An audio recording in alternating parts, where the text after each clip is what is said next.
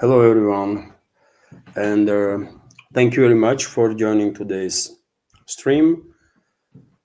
News summary from Moscow, and there is a lot of news, a lot of important developments, of course, that I will go through during this live stream.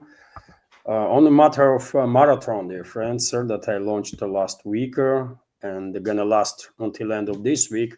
Who knows?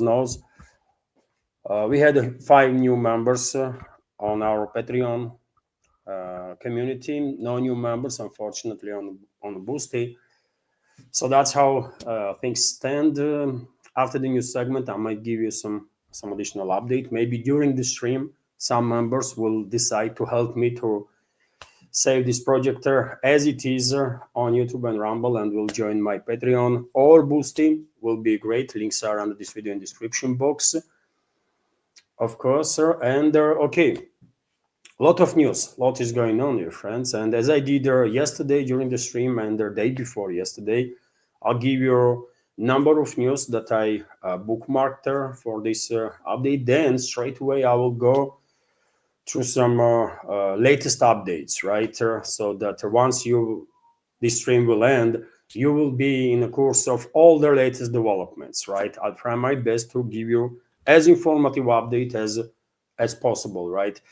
So, okay, that's been said. Of course, you can send your question or the comment, maybe topic that you want to discuss through support platforms, PayPal, Boosty, Super Chat, or Rant feature on Rumble. That will be welcome there, of course. And okay, let's start there, friends. And as I said, lot is going on. I'm gonna start, of course, with the Iran chapter of the World War III that is going on, and it is a World War III, by the way. If you keep in mind the number of countries that are directly and indirectly involved in a current confrontation in regards to Western proxy war against Russia, also latest developments in the Middle East, right? This is a world war. Evil force that Western ruling class is and their allies, Zionists and their others, are engaged in a war against humanity. That's how it is, right? So let me give you some news that I bookmarked first.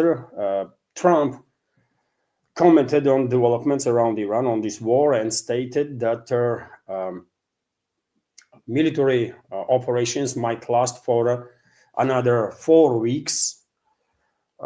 Maybe it is time now for everyone to start mocking the Washington, Western propaganda that was saying that, well, Russia was planning to establish control over the entire Ukraine in 3 days, even though never any Russian official says anything like that. But Western propaganda went in, and to nowadays are pushing this false narrative that Russia was planning to establish control over the 3 days or something. Well, it's the third day of this war that U.S. Absolutely unprovoked war that U.S. together with Israel launched against Iran, and what they did achieve seems like they are losing initiative. If anything, they are losing initiative. Whole world is full of hatred towards Israel and US, right? And that's about it. And they are losing, man. They are on the losing side. Already on the third day, it is becoming clear that US is losing this war. And I give you details on that too. So yes, US President Donald Trump has unveiled a possible timetable for a war with Iran, suggesting that fighting could continue for the next 4 weeks. This war going to continue probably much longer because Western ruling class, in my personal opinion, issued a quite strict order to US leadership, US ruling class, and also Zionists, obviously, and their project Israel is on the same page that they're gonna try to descend Iran into total chaos, create power vacuum. They are not about regime change. They are about creating power vacuum, total chaos, right? Provoking a civil war in Iran and then spreading this civil war throughout the region, and also provoking potentially regional wars, right? Between Gulf so-called monarchies, for example, and Iran, and they are actively working still, by the way, on that. And I give you update on these developments too. Seems like for now everything is developing, or almost everything, as I predicted, actually, right? But I've said in my prediction also that there is a high probability that US will fail. There is a high probability that Western ruling class will fail. And as of now, on the third day of this war, it is becoming already quite clear that US as this quasi state, weapon in hands of globalists, Zionists, and their American allies, US being lured into a trap in a fight that it cannot pull off. That's how it is, right? Trump also went to say yesterday that Iranian side allegedly looking for contacts with Washington, and they are asking for a talk and stuff like that. What a desperate move on part of Trump. He is hysterical. He is in panic, by the way, right? Because maybe this thought is settling in that what he signed up for is a total disaster. It's going to be a total disaster for the US, right? And he's going to go down in history as a possibly worst ever president that US has. He already there. He's already there, basically, right? He's much worse than Biden, by the way. At this point, even Republicans probably would not discuss that. We would not argue with that. Trump is a total scum of humanity, absolute scum of humanity, right? And there was a response straight away from Iranian side about this lie, yet another lie from Trump. And for example, I give you this news that Tehran has no plans to resume dialogue with Washington. This was stated by Ali Larijani, Secretary of Iran's Supreme National Security Council. And Ali Larijani quite effectively is in charge now, according to many reports, quite effectively is in charge in Iran. So he said that no thanks. No more talks with this scum of humanity that US ruling class is, right? Also, this morning reports were coming in that smoke was rising from US embassy in Kuwait, and their embassy itself issued their warning to staff members and their families and all the Americans, basically, staff not to come to the work into embassy, and to all US citizens to just stay home, don't even go out. So some desperate call from US embassy in Kuwait. I'm telling you, man, this panic and hysteria is settling in US officials, right? I don't know if you paid attention, but I saw some clips from US media, by the way, and elements like Lindsey Graham and other psychopaths are absolutely hysterical, by the way, absolutely hysterical, right? And Trump himself did not really look optimistic on a video, at least, right? And dear friends, that I have said in my updates even before this conflict started, that US had not enough military assets in and around the Middle East to be able to sustain high level of military pressure on Iran for several months and more, right? And I was explaining my take based on facts, right? That most of the US aircraft, for example, are old, very old in many cases, right? And are spread throughout the Middle East because all the military bases are under the range of Iranian missiles. And I was saying that aircraft carriers that US will operate with had to be stationed far away from Iran, which will require, of course, longer duration of the flight before those planes will take off, then will get refueled to reach Iran, and on the way back, they have to be refueled again to reach the aircraft carrier, right? And this is additional stress on these airframes, right? On these aircrafts, many of which, maybe with the exception of F-35s, actually, right, are very old, right? Very old, and they're not really capable of withstanding such a high intensity pressure. And today, and I was predicting that soon after US will launch military operations, so we will see significant decrease in activity of the US Air Force, right? Because of the maintenance issues, technical issues with the planes, and so on and so on. And that's exactly what is happening. US Air Force is operating with less activity, relatively less activity already. Same can be said about Israeli Air Force, by the way. And today we have reports that US has the first losses of its fighter jets. And F-15, for example, was down, crashed. F-15 crashed in Kuwait, and I can give you a video, and it looks like either engine exploded, by the way. Either engine exploded or it was struck. Let me show you video. So this is US Air Force's F-15, and you see there explosion, and then plane is beginning to tumble, right? Let's see it again.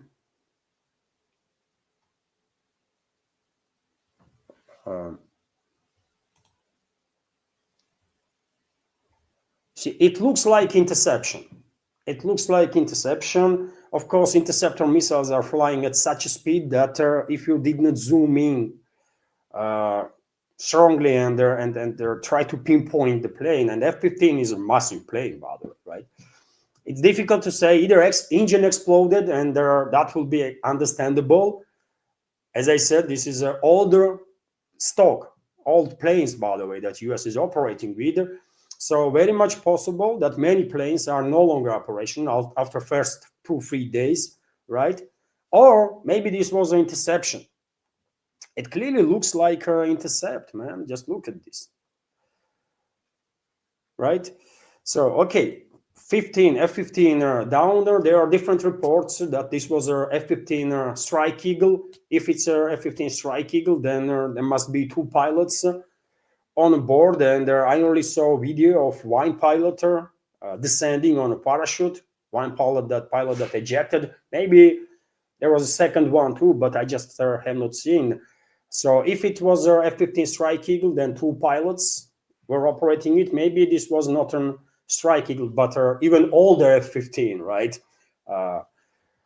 Air superiority fighter. In any ways, losses on the part of US Air Force has begun. And by the way, just a few minutes before I launched this live stream, Kuwaiti Defense Ministry made a statement and acknowledged that several, not just one F-15, for example, that I just show you, experiencing difficulties, to put it mildly, but according to Kuwaiti Defense Ministry, several US military aircraft crashed this morning, right? According to Kuwaiti militaries, all pilots of these planes survived. Okay, maybe true, maybe not, but it was not just one plane, but several. And by the way, now I don't know what to say about it, right? If it was a one plane that crushed her, yes, it will be easily explainable that, well, these planes are under heavy pressure. They are conducting sorties. They have not enough maintenance time. And it is very much possible that they will experience some difficulties, right? But several planes crashing, that's something different. That is something different. And maybe those planes were intercepted. Iranian media is claiming already that it was the Iranian Air Force that intercepted this F-15. Maybe true, maybe not. Yet again, let's take all the information with a grain of salt. But well, visual evidences are visual evidences. I mean, we are in right to believe what we see with our own eyes, and you clearly see F-15 being neutralized there, right? And the Defense Ministry of Kuwait is saying that several US military planes were crashed. When it comes to Air Force, by the way, reports are coming in that a British air base in Cyprus was hit by a drone.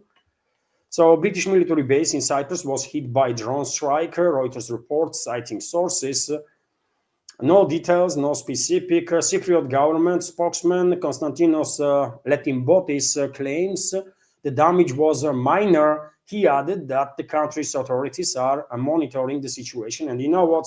Cyprus should stay out of this, right? If anything, Cyprus should demand from UK to get out of their island, right? Because this is a land of Cypriots, right? This is not a land of Brits, right? This is a land of Cypriots that UK never left. So it's still occupied by UK. And right now you can see on your screen this military base, by the way. And if anything, Cypriots should demand their Brits to get out of their country. That's all, right? And Iranians will help with that. Iranians will help, by the way. And there seems like this was just a first wave, and there are soon more and more waves probably to be expected in direction of these British military bases that is combinedly operated by Brits, by other NATO member states, right? So something interesting I predicted, isn't it? I said that most likely Iran will take a shot at British military base on Cyprus, and that's exactly what is happening. So yeah, man, I mean, I'm good at this. What can I say? I grew up in journalism. I grew up working with the massive volumes of information, and yeah, I can do some, based on my analytics, I can do some good predictions, and yeah, it is what it is. Veterans of our community know what I'm talking about. So let's continue with some more news. And yesterday, reports came in from IRGC, for example, and there was other sources too, that U.S. aircraft carrier was targeted with 4 Iranian missiles, ballistic missiles. One side is claiming that aircraft carrier was actually hit. U.S. denies claims that aircraft carrier Abraham Lincoln was hit, but it is interesting that this aircraft carrier, which is still floating, has not been sunk anyways. This aircraft carrier, Abraham Lincoln, was forced to leave its area of operation, right? Off coast of Oman or Yemen. That's where this aircraft carrier was. Maybe even further than that. Maybe this aircraft carrier was even somewhere off coast of Somalia or something, right? But in any ways, due to this long-range attack by Iran on this aircraft carrier, it is moving now deep into Indian Ocean, and that will, of course, make it even more stressful and difficult for air wing of this aircraft carrier to operate, right, effectively against Iran, because they were already launching from far away. And now they're going to get even further, right? And this is additional stress on the pilots, additional stress on airframe, and with the exception of F-35s that have extremely short range, by the way. I mean, F-18s have a longer range, but those F-18s are very old planes. Super Hornets are very old, right? Very old. 20, 30-year-old airframes, and you think those planes are capable of conducting sorties without stop, and many hours, many days in many cases of maintenance work? No, man, no way, right? So quite effectively, one might argue that aircraft carrier, Abraham Lincoln aircraft carrier, is out of action, right? At least partially out of action.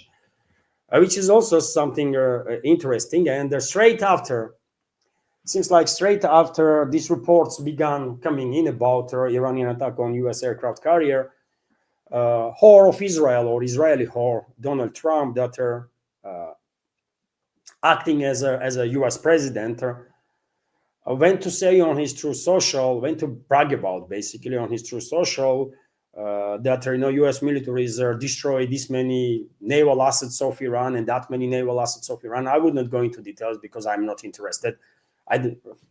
Not because I don't want to know, but because I don't believe single word from Trump.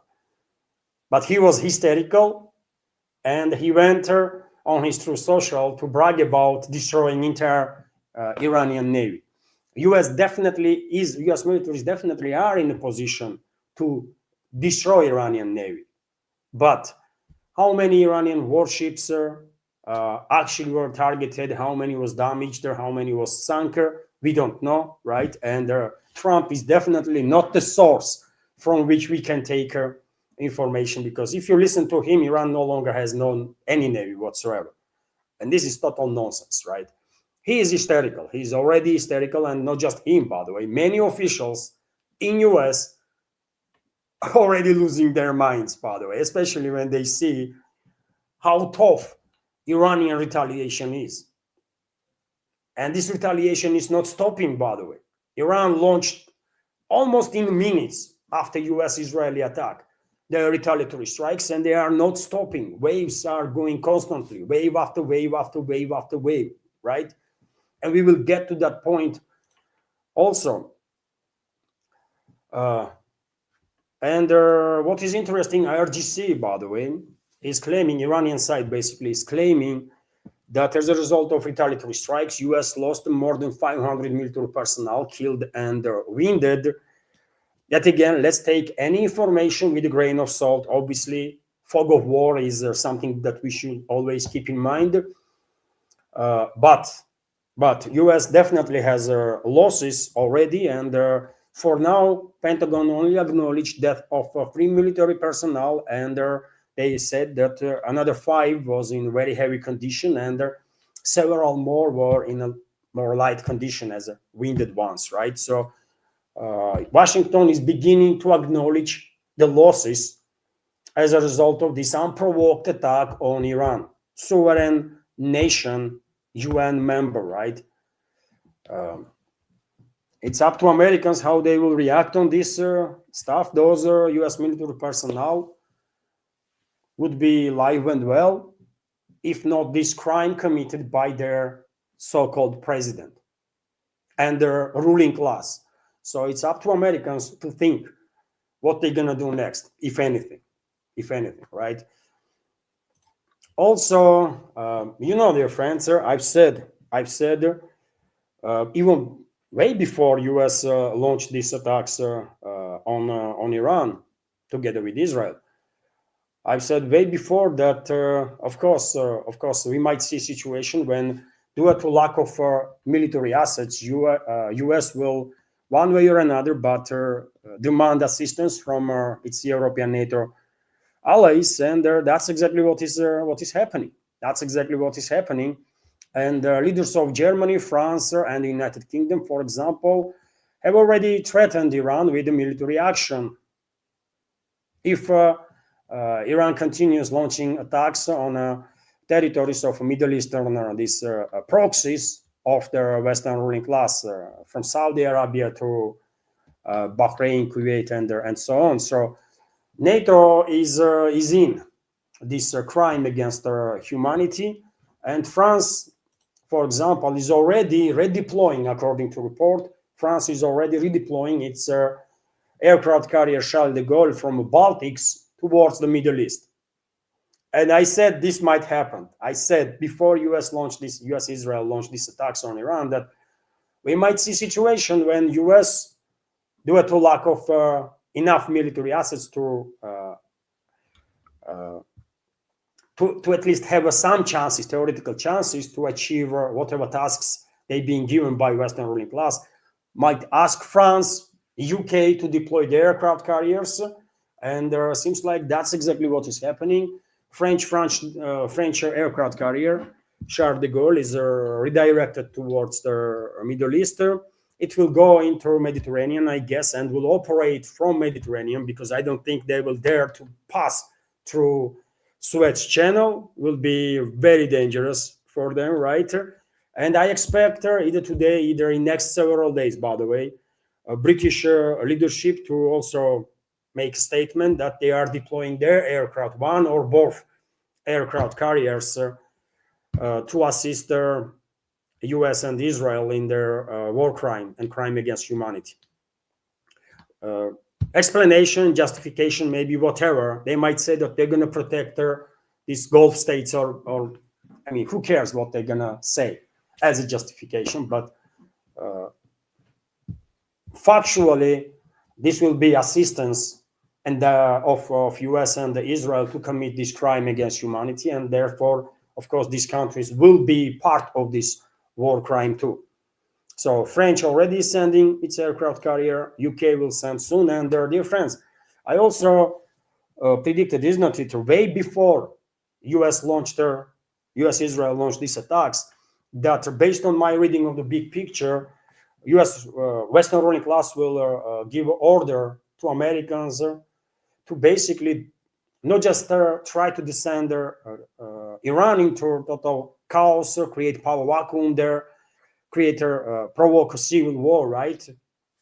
And then spell civil war throughout the region in Iraq and elsewhere, but also to provoke war between regional countries. And that's the direction exactly that our region is moving as of now, because Persian Gulf countries that are housing US military assets and military assets of other NATO countries, and also are assisting Israel to commit this crime against their humanity while attacking Iran, Iranian civilians, and so on.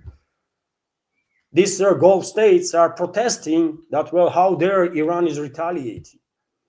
And of course, Western ruling class is using their leverage, and they have tremendous leverage over these quasi states in the Gulf to push their ruling class towards their declaring war, or to enter in the war, maybe even without declaration, but to enter the war with Iran. And that's exactly seems like the trajectory for now. 6 Arabian monarchies in the Persian Gulf, members of the Gulf Cooperation Council, have threatened Iran with retaliation as a part of their collective security measures, according to statements following an emergency online meeting of the regional organizations, foreign ministers of this organization. And then, quote, the Gulf countries are ready to take all necessary measures to preserve their sovereignty, security, and stability in response to Iran's attack. Statements said their foreign ministers of Arabian monarchies emphasized that their security of one country is inseparable from that of all others. The council also called on Iran to immediately cease attacks on to ensure stability in the global energy market. And you know what? These proxies of the West and Israel, these Gulf so-called monarchies, should think before, when they were housing these military assets of US, other NATO countries, when they were assisting Israel in many ways, they should think then what would happen. Now it's just too late. And Iran has every legal reasons to strike on the military assets of enemy, right? And US and Israel are officially engaged in a war. So will be wise decision on part of this Arab so-called monarchies to shut the fuck up until it's not too late, right? Just to shut the fuck up, because they have no say. If they wanted to be heard and taken seriously, they should never allow US or any other NATO member state or the Israel to use their territory against anyone else, right, in the region, against Iran included. But they acted as a cowards, and they have no say now. No one cares, right? And if they dare to attack Iran, consequence is going to be absolutely devastating for them. Because if they are not complete morons, and they might be, but if they are not complete morons, they should understand that that's exactly what Western ruling class wants. To provoke a regional war, to descend the entire freaking region into madness of chaos, into wars on ethnic and sectarian lines, to shut down navigation in the Persian Gulf for years to come. And you can imagine how devastating that would be for economies of all these so-called monarchies, right? That are almost completely rely on their energy sales. So these so-called monarchies, their ruling class should shut the fuck up. They are freaking nobodies, right? And if they have two working brain cells, and if they care at least slightest about their people that live in those monarchies, they should just stay out of this war. That would be very wise on their part. I don't know what they're gonna do yet again, by the way. All of them have most of their assets, hundreds of billions, trillions in the Western financial and the banking institutions in Western jurisdictions. And therefore, you can imagine how high, how serious their leverage of the Western ruling class is over them, right? They will say, you know what, either you are launching the war against Iran now, or we're gonna freaking take all your assets. And they will believe, right? This is not a bluff. If this would not be bluff on part of Western ruling class, because they already stolen Russian assets. So they know, I mean, if they stole Russian assets, they will steal their assets too. But nevertheless, if they have if those royal, so-called royal families in the Gulf, if they have at least two freaking working brain cells, right? If they can understand anything, they should understand that gold and money is nothing, and life is precious. And if they feel any responsibility before their fellow citizens, they should stay out of this war, even if West will take all their assets in the West, everything. That will be only right, wise decision. Anything else will only play in hands of Western ruling class that wants to decimate this region, engulf in a fire, in a war on ethnic and sectarian lines, to shut down navigation into the Persian Gulf, right? For years, by the way. And by doing so, to basically cut off China from Middle Eastern energy sources, which is going to be tremendous shock for Chinese economy in immediate terms, right? And then Western ruling class wants to force China to get dependent on Russian energy towards the critical level, because their hope is that they will use at that point their fifth columns, the assets that they have in both Russia and China, to basically create tensions and potentially even a confrontation between two. And that's why I was always saying neither Moscow, neither Beijing can afford to allow Western ruling class to succeed in the Middle Eastern destabilization.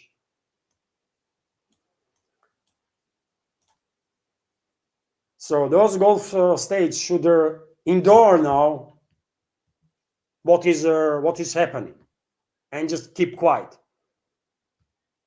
Iran is targeting military assets of US and other NATO member states. There was a report about French base that was struck in Bahrain, that was Kuwait, where French militaries were stationed. There were reports about one of their military base was targeted by Iran, where German militaries were stationed. You tell me what German and the French militaries lost there.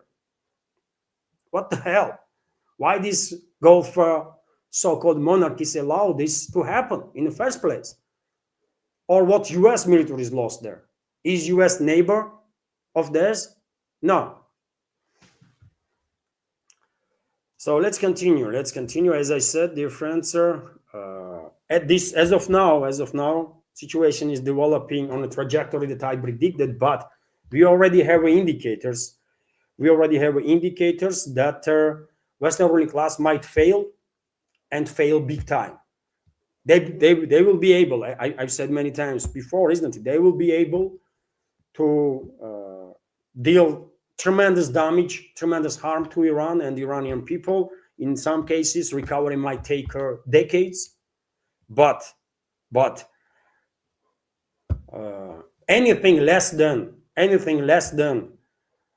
total chaos and the civil war in Iran, and total chaos and war on ethnic and sectarian lines throughout the Middle East, and wars between the regional countries. Anything less than that will be victory for Iran and very those same regional countries, and their historical loss on part of Western ruling class and their Zionist allies. So everyone should keep that in mind. Now, on this very topic, dear friends, what I'm gonna do is that let me give you some updates about this proxy war that West is waging against Russia. Of course, attention of the whole world is mostly focused on developments in the Middle East, but nevertheless, unfortunately, this proxy war continues, and I definitely pay attention to it, of course. So past night, Russian air defense systems intercepted 172 drones that was launched by Kyiv regime with assistance of NATO to strike deep into Russian territory. The Russian fighters shot down 67 drones over the Black Sea, 66 over the Krasnodar territory, 23 over the Crimea, and 8 over the Sea of Azov. Another 4 drones were neutralized over the Belgorod region, 3 over the Kursk region, and 1 over the Astrakhan region. In the Krasnodar region, in area of let me check, by the way, in area of Russian port city,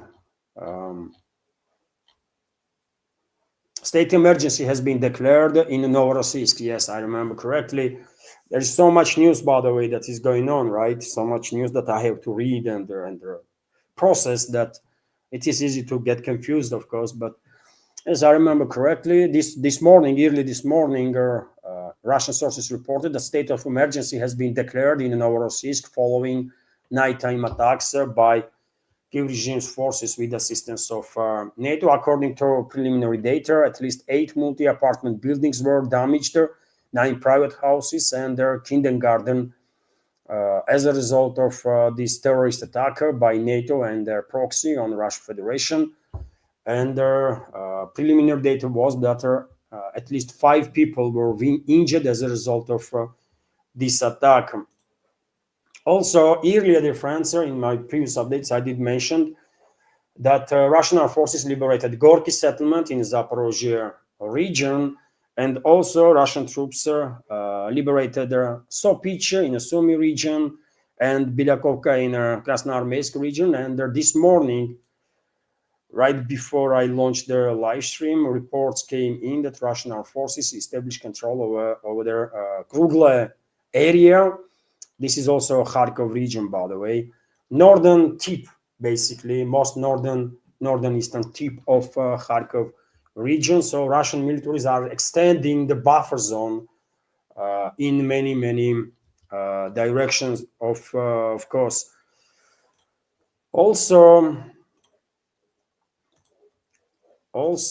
yesterday, dear friends, yesterday I shared the information during the live stream that Belgium and France have hijacked a Russian, allegedly Russian shadow fleet oil tanker in the northern sea. For now, at least for this moment, it's 11:38. Sorry, it's 11:38 a.m.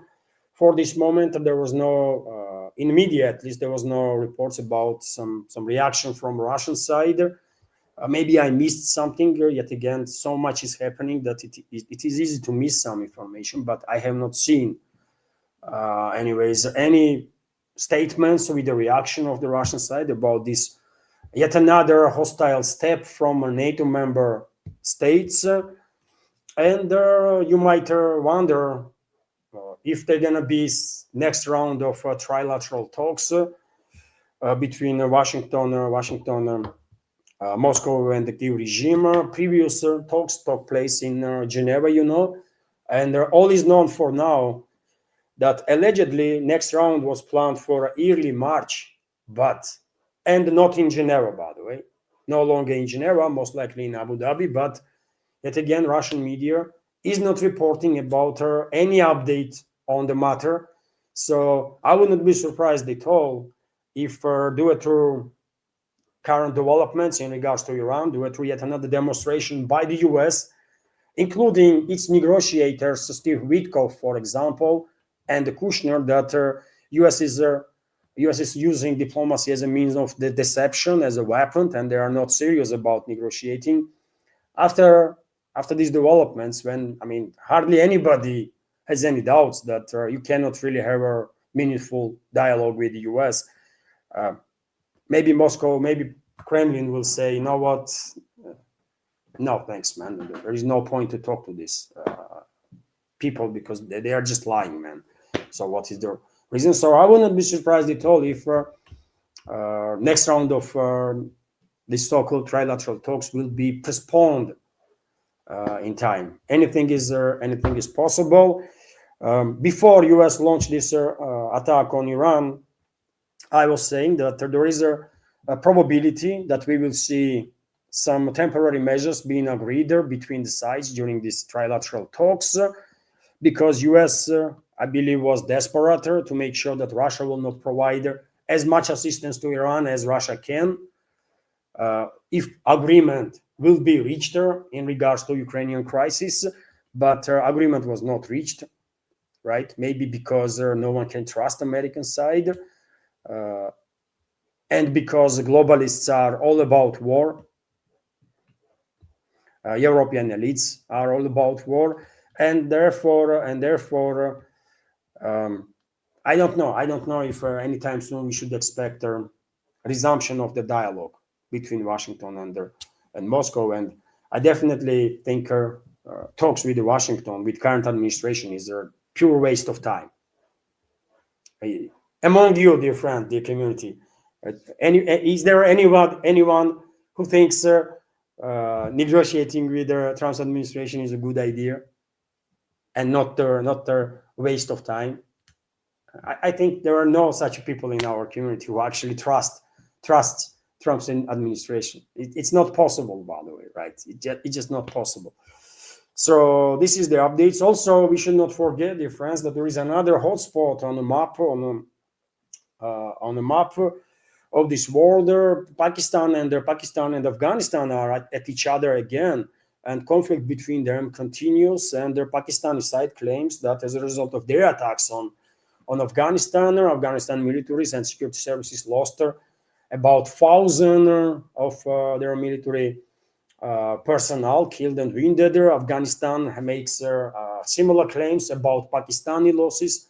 Obviously, very little is confirmed from these statements, but what is known for sure that sides are still targeting each other. Main hostilities happening on the borderline and in the borderline regions, but there is a probability that things might escalate quickly in a much larger scale, and I don't think Pakistan can survive that if it will happen. And I think Pakistan might operate on behalf of US.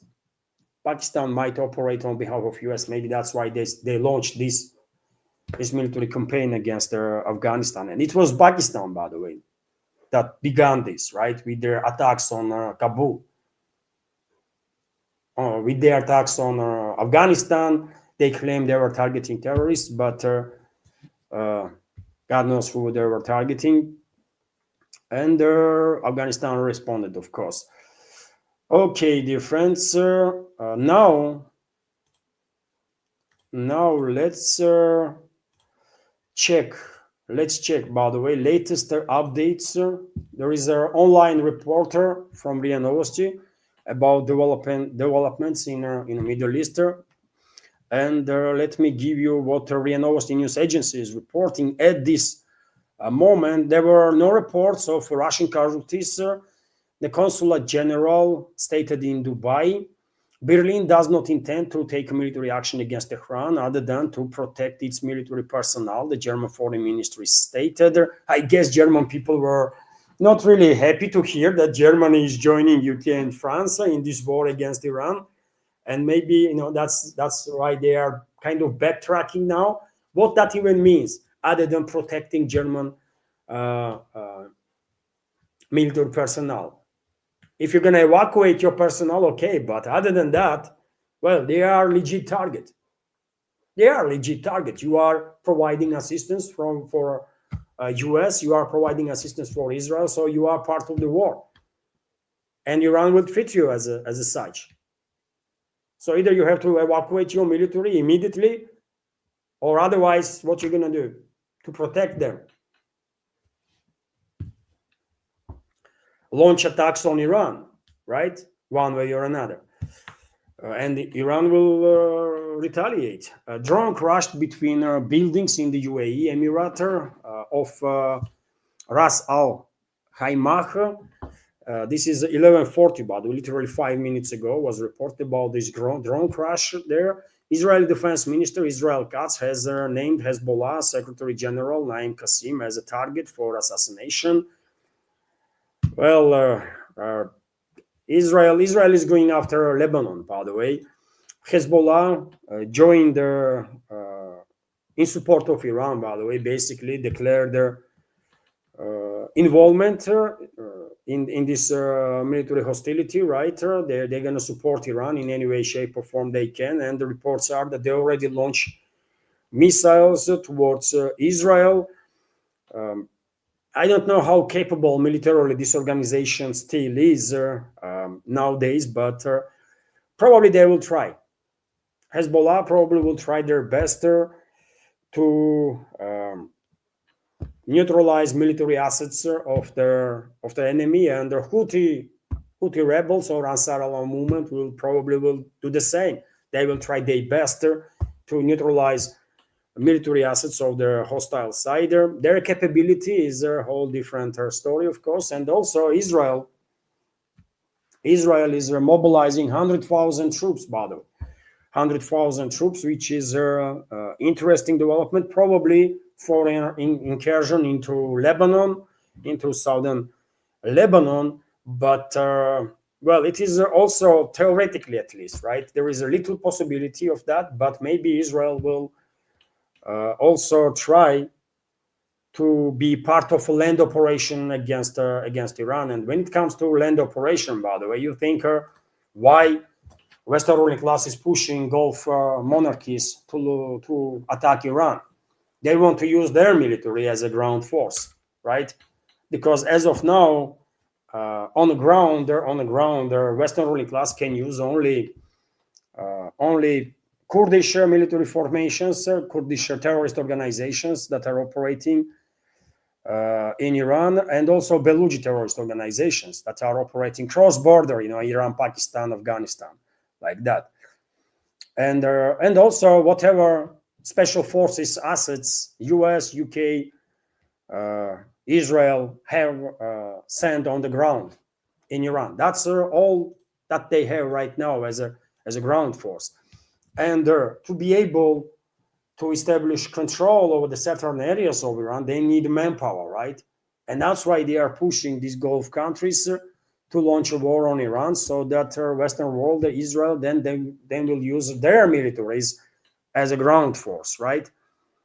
And I don't think these countries will be able to pass through Iraq. Maybe they will be able to pass through Iraq to enter Iran. It's not going to be easy, but maybe doable. I don't know. They're going to pass through Shiite provinces of Iran, and well, Shiites will give a good fight for sure. But there is a Persian Gulf, of course, and they might try to launch amphibious operation, or try to, amphibious operation. That's best option they might have, really. So we should keep in mind that this is also a probability, because it is already clear, by the way, that with these long-range attacks, US would not be able to succeed, because I don't know if you noticed, but seems like, based on operations of Iranian militaries that we already observed, seems like they've been decentralized. Seems like Iran's drone forces, missile forces, whatever they have been decentralized. All these different groups of Iranian armed forces, IRGC, are operating. They have their own area of responsibility, and they are operating based on plans that they have. Plans that was approved some time ago, I guess, by Tehran. And now, for them, it does not matter if defense minister is killed or president is killed or whomever is killed. They have a plan, and they are operating based on this plan. And that's why maybe, for example, this Erbil military base of US was completely obliterated, right? There were so many strikes on that base that I don't think there is anything left there to bomb, actually, right? But every other hour, there is more strikes and more strikes. And that gives me an indicator that maybe some of those groups that have their plan operating autonomously, well, they have a target. They have to obliterate this base, right? They have certain number of weapons that they have to launch, and they are just doing it. Even if they have intelligence that their base is quite effectively neutralized, they still are launching those missiles because that's their plan, right? And before they will receive another or adopt another plan, they will continue to strike that base. And you might see on my Telegram channel and Twitter X page, on other channels, how many successful strikes was there on Erbil military base of US, or Bahrain, by the way. Bahrain is hit hard, right? Bahrain is hit harder. This is the Bahrain, this island, by the way. And this is home to Fifth Fleet, isn't it? Of US, Bahrain. And well, US military assets are struck literally on almost every hour. But there's wave after wave after wave of attacks. And I have seen some indicators that, well, Iranian forces may be going after Bahrain's, after Bahrain itself. Maybe, and I'm telling you that because there were some strikes on some infrastructure that may be not really directly related to the US military assets, right? And these strikes may be related to fact that majority of Bahrainis, by the way, are Shiite Muslims. Majority of Bahrainis are Shiite Muslims. About 10 years ago, they tried uprising, and the ruling class is a Sunni Muslim, right? And majority is not happy. Of course, majority feels being oppressed, and they want to rebel. And there was a rebellion, by the way, some 10 years ago. Just Google it, dear friends. I cannot give you exact date on that, but about 10 years ago, there was a massive, during the Arab Spring, approximately, it was more than 10 years ago, 15 years now, I guess. There was an uprising, and this uprising was suppressed harshly, by the way, not just by Bahraini forces, but they receive assistance from these regional Salafist regimes, right? And maybe Iran now is weakening this regime in Bahrain to give the chance to the local people, by the way, for uprising. Maybe that's what is happening too, by the way. I don't know. Maybe I'm exaggerating something, but Bahrain was hit hard, really hard, right? Other countries too, other these so-called countries or monarchies too, but Bahrain especially, right? So you see what I'm saying? Clearly there is a sort of indicators that Iranian militaries were kind of decentralized. All the groups have their own plans approved by Tehran, their targets, their tasks and purposes, right? And for these groups, I mean, US might kill new defense minister of Iran, and then another one, and then another one, but that will have no impact whatsoever on the operations of these groups because they have their orders already. So you see, this is a clever move. If Iran did this, I mean, this is very clever move, by the way. Very clever move because basically elimination of political military leadership in Tehran will have a little to no impact or very little impact on the operations of Iranian militaries. And we are seeing that, isn't it? Almost entire military leadership was killed. The leadership of IRGC was killed. Supreme leader of Iran was killed, assassinated basically by Israel and US. And Iranian militaries continue to operate in a very organized manner, right? And in Iranian society, by the way, is as united as probably never before. I don't know. I saw videos, numerous videos from throughout the Iran, when there are tens of thousands of people, hundreds of thousands of people were joining these rallies to condemn this Israeli or American attacker. And they were mourning, of course, all their assassinated religious, military, political leaders of the country. So also something to keep in mind. Let's continue with updates from RIA Novosti, right?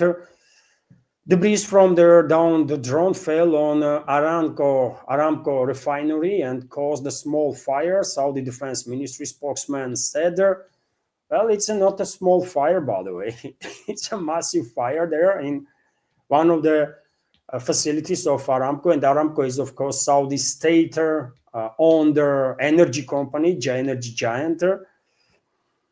And when I saw videos of that fire, first reaction was maybe it was an Israeli attack or US attack on this facility to push Riyadh even harder to launch a military attack on Iran.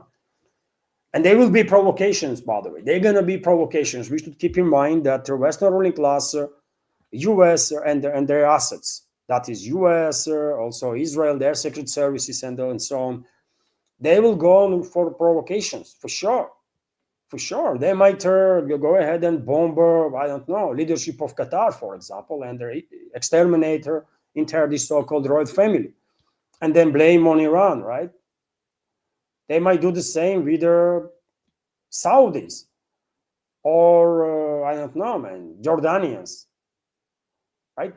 And there might be many other ways of the provocation, because Western ruling class wants to provoke a war between Gulf states, of course, the Gulf monarchies and Iran, because they need a ground force. They don't have a ground forces, by the way. I mean, serious ground forces. These terrorist groups of Belujis on the southern eastern part of Iran, and some terrorist groups of Kurdish origin in the northern western side of Iran, not going to be enough, obviously, right, to establish control over the country. This is a massive country. They need ground forces, and because there is no defections from Iranian militaries, none, by the way, right? No defections, no nothing. Iranian militaries are operating very organized in very organized manner, as much as possible in given circumstances, right? Western ruling class will become even more desperate to push as much as possible these regional countries to launch a war on Iran, and hopefully they will fail. And these so-called monarchies, their ruling class will stay out of this war, because if they attack Iran, that will be suicide on their part. That's what I think, and I want to believe that diplomacy on part of Moscow and Beijing, and there was a very active diplomacy, by the way, before US-Israel launched the war on Iran, and I think there is contacts between Moscow and all these capitals in the Gulf right now too. Hopefully Moscow and Beijing did manage to persuade these capitals to stay out of the war, in no circumstances to attack Iran, because that will be suicidal for entire region. And hopefully Russian representatives, Chinese representatives explain this to these royalties, so-called royalties, well enough, so that they will stay out of this war, even if West gonna confiscate all their wealth that they have in the West. Hundreds of billions, trillions, whatever it is, man. They can make money again, right? But they cannot return the lives of the people that will be lost if they will allow Western ruling class to succeed in provoking a regional war between the countries, and also civil wars and wars on the sectarian and ethnic lines. That will be end of Middle Eastern civilization if they will allow this to happen. So they should stay out of this. This is only wise decision on their part. Okay, Alisa, stop. AI there, by the way. Iran has struck at least 6 US military targets in the Middle East, the New York Times reports. New York Times, seriously, Iran struck practically all the military targets in the Middle East. Now you will see this cop on part of Western so-called elites, Western propaganda, when they will try to downgrade effectiveness of Iranian attacks, right? And they are already doing it. I mean, Iran struck 6 US military targets. Are you kidding me? Only in Bahrain more were obliterated. What are you talking about? I believe. So President Masoud Pezeshkian, head of the judiciary, Gholam Hossein Mohseni J, and Ayatollah Ali Reza Arafi at the meeting of the interim leadership council of Iran. You can see picture. And by the way, Abbas Araghchi, foreign minister of Iran, was asked how long it will take before Iran will have a new supreme leader of Iran will be elected. And you might be surprised, but that's how it is. Supreme leader is elected, by the way, right? And Abbas Araghchi said it might take next few days, right? Based on constitution, I'm not an expert in Iranian constitution, obviously, but I have read some articles, and I believe, if I remember correctly, it's maximum 2 weeks. In 2 weeks, this council, um, interim leadership council, has to elect a new supreme leader, and they will. I mean, Abbas Araghchi said there next few days, so I guess either today or tomorrow or day after we will have a new name of the new supreme leader of Iran. American Palm jet was shot down near the Victoria Air Base in Iraq. Interesting. Another plane, by the way, that was shot down. Iran announced strikes on U.S. Ali Al Salam Air Base in Kuwait and ships in the northern Indian Ocean. Tourists who were unable to depart Bali due to flight cancellations to the Middle East will be allowed to stay in Indonesia for another 30 days. Okay. Well, right now, I cannot show you this video here only, and also because StreamYard will not open the video, but this is the US pilot of that F-15 that was intercepted. I will show you videos and photos once I will go on my Telegram, and I will do it in a second, by the way. Let's just check these latest updates from RIA Novosti. There is no information about Russian casualties from the strikes on Israel. Ambassador Anatoly Viktorov stated. And okay, once again, let's update their page here. French Foreign Minister Jean-Noël Barrot stated that Paris is ready to participate in the defense of Persian Gulf countries. France is all in, by the way. French aircraft carrier is being sent. And okay, they're gonna get smashed too. I guess Turkey maintains contacts with Russia regarding the situation in the Middle East. A government source told RIA Novosti. It is very important Turkey to stay out of this, man. It is very important Turkey to stay out of this, right? Because I mean, they should understand what their game plan of the Western ruling class is, and in that game plan, there is no place for successful Turkey too. So they should stay out of this war. I don't know if Ankara will manage to reject any demands from Washington, any demands from West, collective West, or the Israel, but we will see. We will see, because if Turkey will join this war against Iran, then that changes many things, because Turkey has a massive border with Iran, right? And Turkey has massive army, by the way. So let's hope Turkish leadership will realize that it is in their own best interest and interest of Turkey to stay out of this war of extermination that the Western ruling class launched on the Middle East.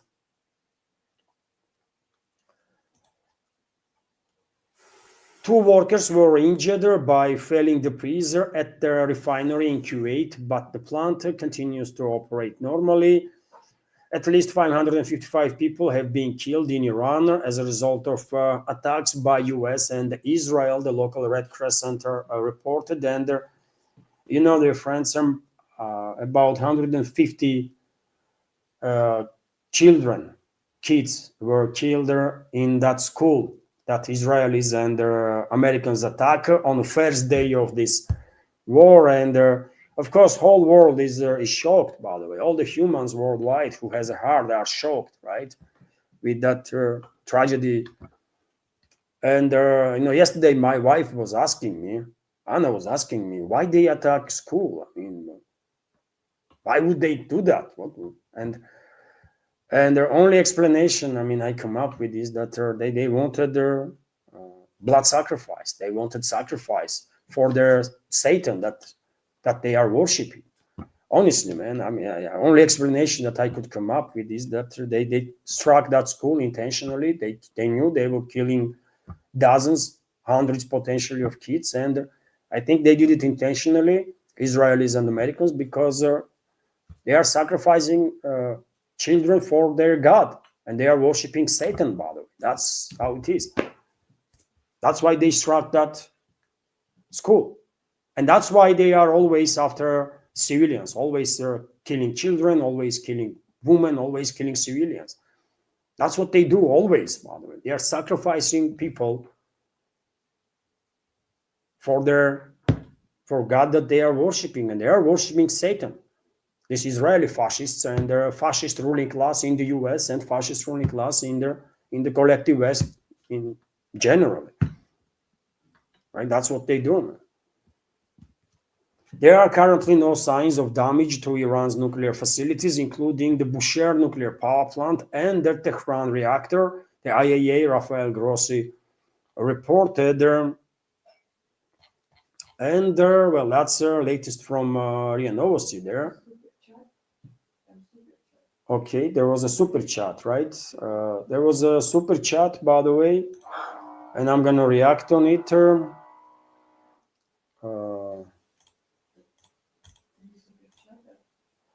Yes, there was a free super chats and their donation through PayPal, right?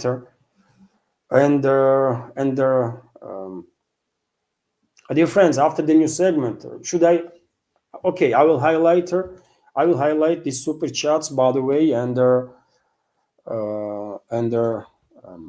donation right now, because there is a lot of news to share, a lot of more news, by the way, including latest developments, right? And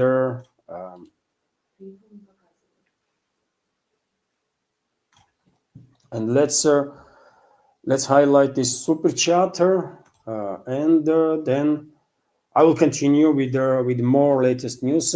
First, I will thank Kyle for a $20 donation through PayPal. Thank you very much, Kyle, for your donation through PayPal of a $20. There is no comment or the question to highlight, just a donation. Thank you very much, Kyle, for your support. And let me, dear friends, highlight right now super chat.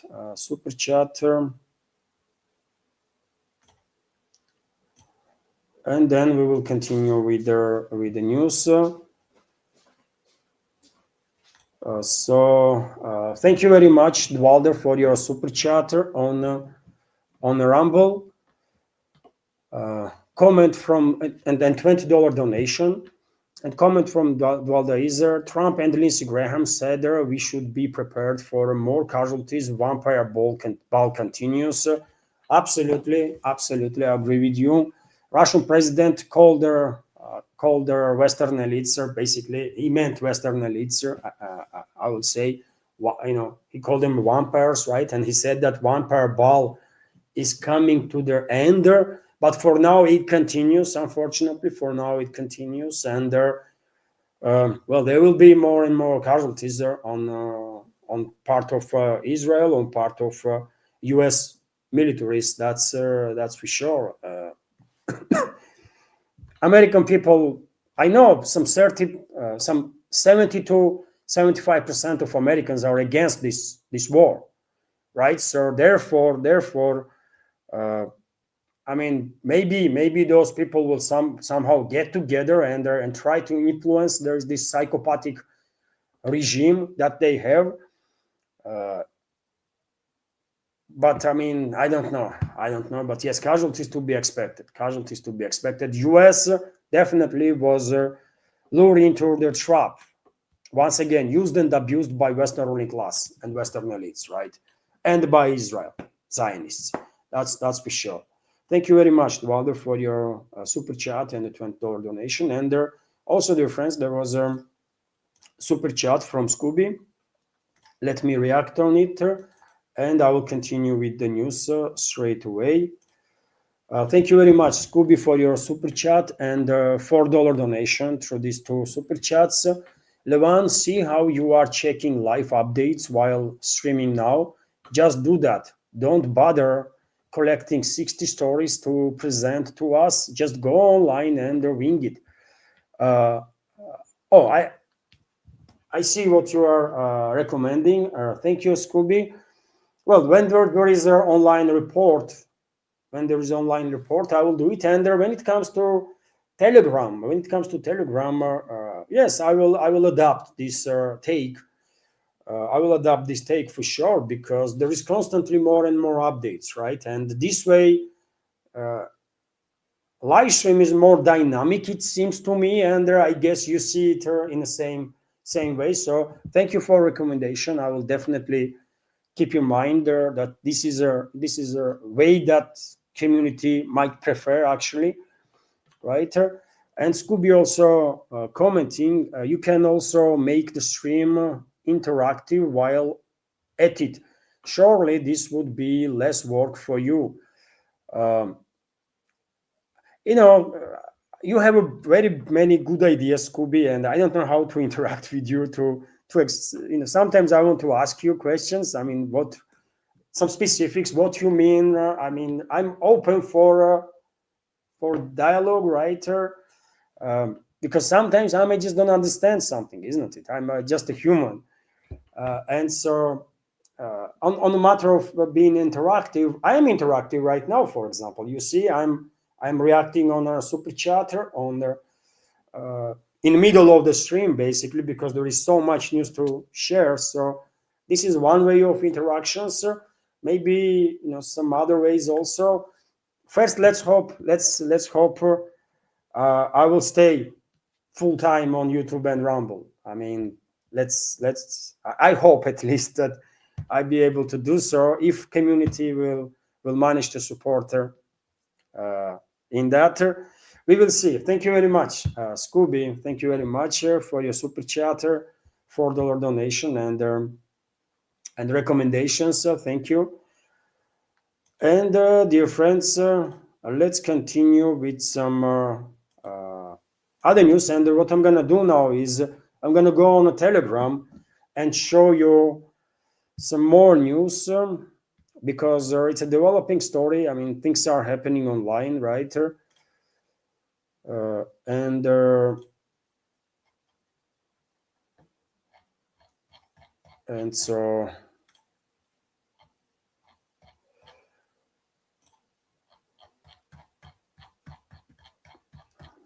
just a sec, dear friends. I will start on my page where I left yesterday. Because there is so much to share, by the way, so much is happening. So okay, let's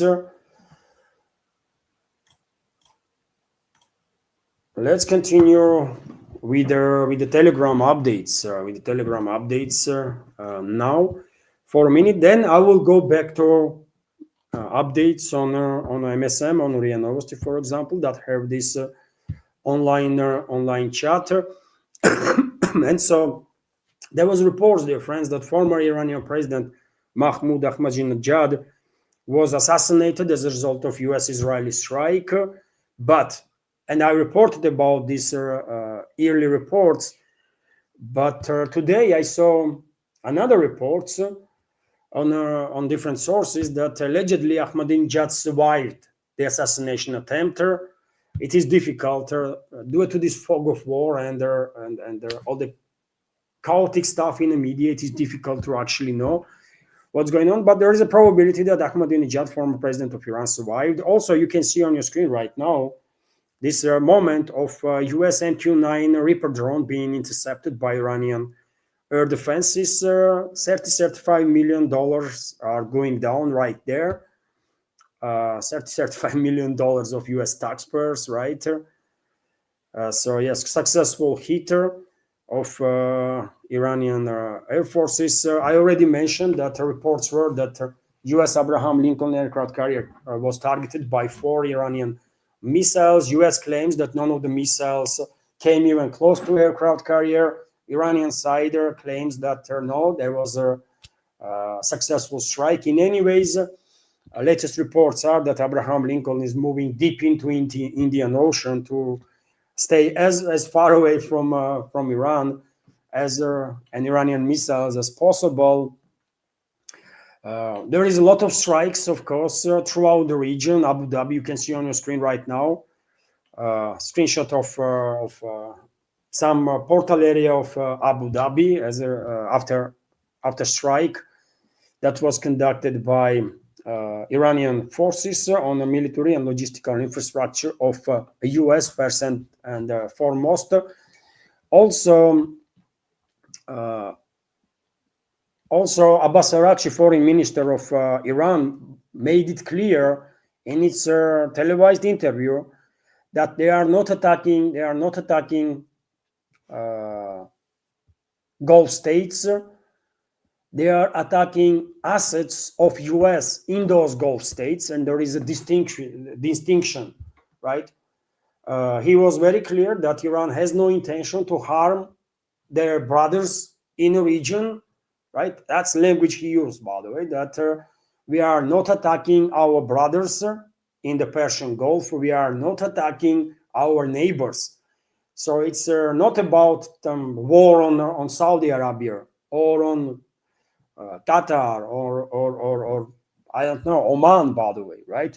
It's about eliminating military capabilities of US, and it does make sense because, by the way, you can imagine, according to reports, Iran was just launching all missiles for now, isn't it? There are reports about it. And they are mostly focused on US military assets in the Middle East. They are not launching as much weapons, long-range means, on Israel as they do on US military assets throughout the Middle East, right? And why is that? Because these US military assets throughout the Middle East are playing a role of a first line or second line of defense. First, second, and third, basically, lines of defense for Israel, right? Many missiles, many drones usually were intercepted by these American assets in the region. And now Iran is neutralizing these American assets in the region. That's task as far as I can tell, right? Depleting their missile interceptors, causing tremendous damage. There was reports that THAAD missile system, for example, was obliterated, right? Each THAAD missile system costs billion plus, right? So it's a serious loss on part of Pentagon, of course. And rather long-range radar systems were neutralized. I shared the videos of those strikes yesterday, day before, right? So Iran is neutralizing these military assets of US right now in the Middle East, and then I think they will go full-on strikes on Israeli military assets, right? From military standpoint, it does make sense. First, neutralize this first, second, third line of defense that Israel has as a US and other NATO members, militaries stationed in the Middle East, and then go after the main target. It makes sense, right? So Gulf states should listen. Gulf states should listen to Abbas Araghchi and to all the other people that giving them wise advices to stay out of this war.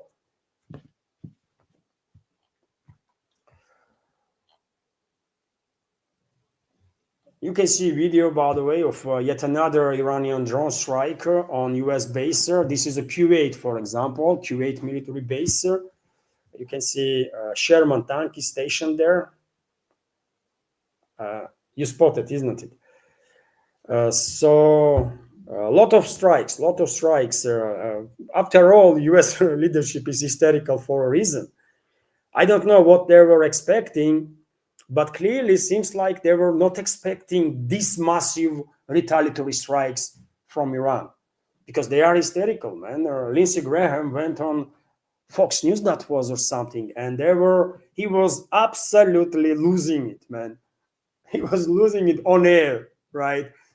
He's a hysterical anyways, right? But on that video that I saw this morning, it was something, man. Another Iranian strike in Jordan, targeting their Al-Saiti air base, which hosts multiple U.S. military assets, primarily American fighter jets. So U.S. is losing fighter jets not just in air, by the way, but there is a high probability that a certain number of U.S. Aircraft were destroyed on the ground, even before they take off, right? Also, another video here of Manama, capital of Bahrain, right? And Bahrain is targeted big time. U.S., as I said, its headquarters of U.S. Fifth Fleet is located in Bahrain. U.S. militaries have a lot of military assets on that island in the Persian Gulf. A lot of, CIA has a lot of its assets there in Bahrain, and this island is being pummeled, by the way, by Iranian drones and the missiles, and the locals are cheering this stuff, man. Locals, as I said, majority in Bahrain are Shiite Muslims. They feel to be as oppressed by Sunni ruling class. It makes no sense, really. I mean, when majority is Shiite, how on earth ruling class is a Sunni? I mean, it's their business, not on my business, obviously. It's a business of Bahrainians, right? But why they are tolerating this? I mean, Russia is a majority Christian country, of course, and I would always prefer president of Russia. My personal take, by the way, president of Russia to be Christian. That's my preference. I don't know. Bahrainis probably feel the same way. They are Shiite Muslims, and they would prefer to have a Shiite leadership. It makes sense, isn't it? I have nothing against their Buddhists, for example, by the way. Absolutely nothing against Buddhists or Muslims or Hindus or Jews or anyone. And I mean, there are no more religion. I said it all, isn't it? There is 5 fundamental religions, right? Christianity, Islam, Buddhism, Judaism, Hinduism, right? That's the 5 main religions in this world. And I have nothing against any other religions, by the way, but I'm Orthodox Christian, and Russia is a majority Orthodox country. And I would, of course, prefer president of Russia to be Orthodox Christian. I mean, it makes sense, right? Makes sense.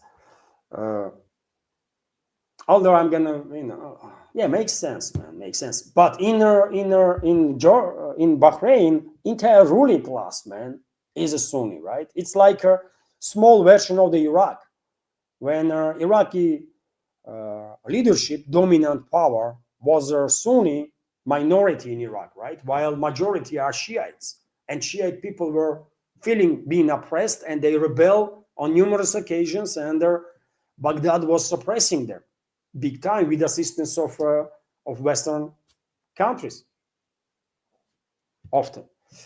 Anyways, no one should be surprised to learn in upcoming days and weeks that there is a massive uprising of Bahrainis in this Gulf monarchy, right?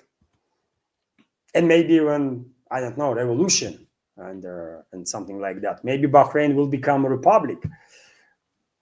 Maybe. This is the vessel, by the way, tanker that was allegedly struck not far away from Persian Gulf. And sinking, I did not see reports about this vessel being sunk already, but yeah. And well, Pentagon, as I said, U.S. President bragged about destroying like almost entire fleet of Iran. Pentagon also went to brag about targeting Iranian Navy Jumaran class corvette, which is allegedly was so damaged that it is sinking now in Gulf of Oman. Could be true, could be not. I don't know. Obviously, another video of attacks, Iranian attacks on Erbil, military base of U.S. in Kurdistan, but Iraqi Kurdistan in Iraq. And as I said, this Erbil military base was really obliterated by Iranian forces, and they continue to pummel this base, by the way. There is nothing, probably nothing is left there, right, to destroy. But they are still targeting wave after wave after wave after wave.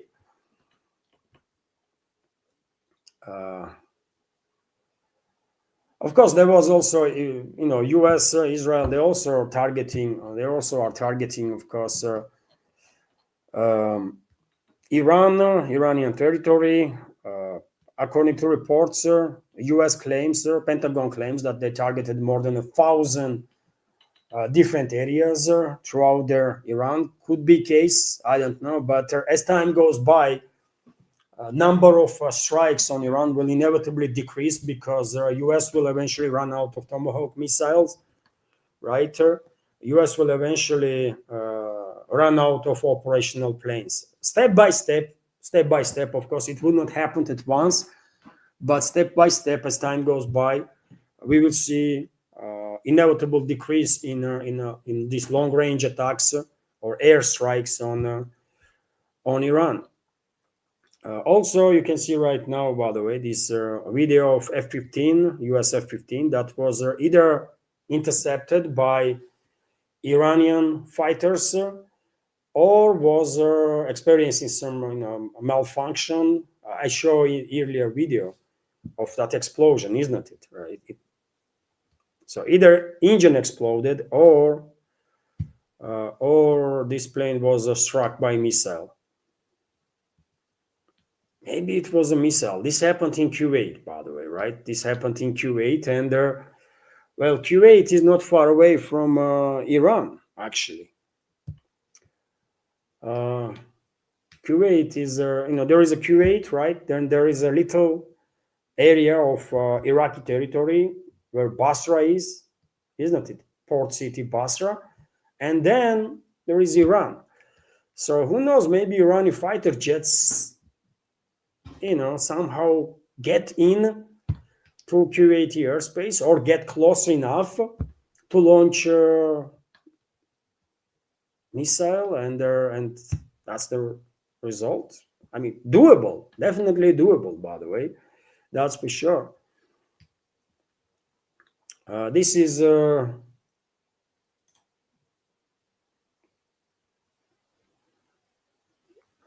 the military when this one pilot survived, and there was I guess delivered to a military base somewhere. At one point, some pictures are circulating. This pilot was kneeling on his knees. I don't know why. And there was someone was standing with something in his hands, like he was planning to smash him or something.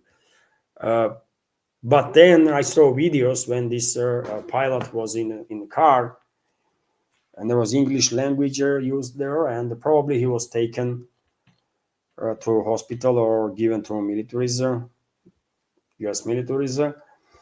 And again, this video of F-15 experiencing that emergency. Yes, I mean, for engine explosion, it's little too much, isn't it? It definitely looks like a missile hit. But I don't know. Maybe engines are exploding exactly that way. I mean, who knows, right? And already, Ministry of Defense of Kuwait confirmed that U.S. lost several planes. They call it a crash, but was it a crash or interception? We don't know yet for 100%.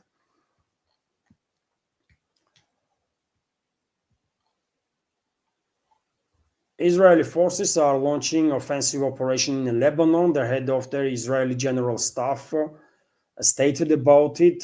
Yes, I mean, Israel will go after Lebanon.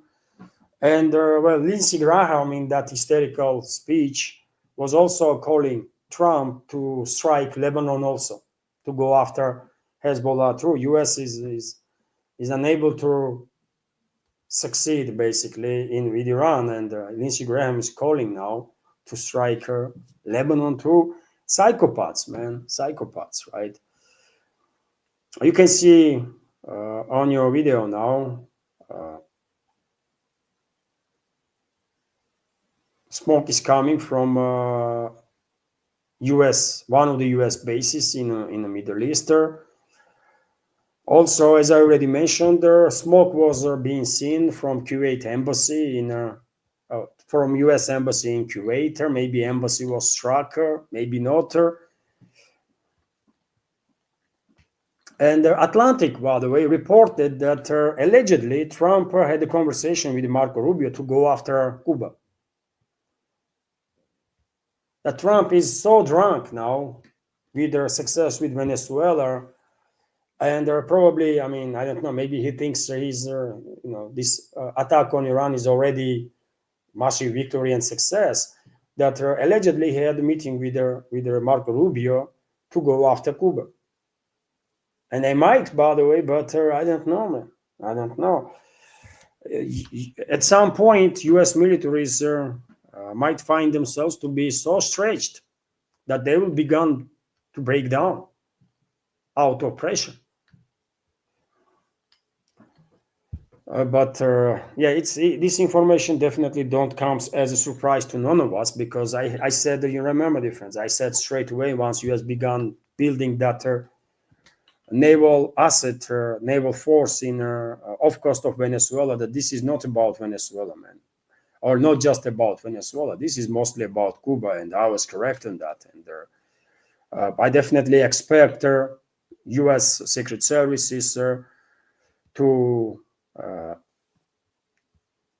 orchestrate instability in Cuba, and at some point, Trump might actually sign up for, or American ruling class, generally speaking, probably will go ahead with the regime changer and the occupation of the Cuba, I think.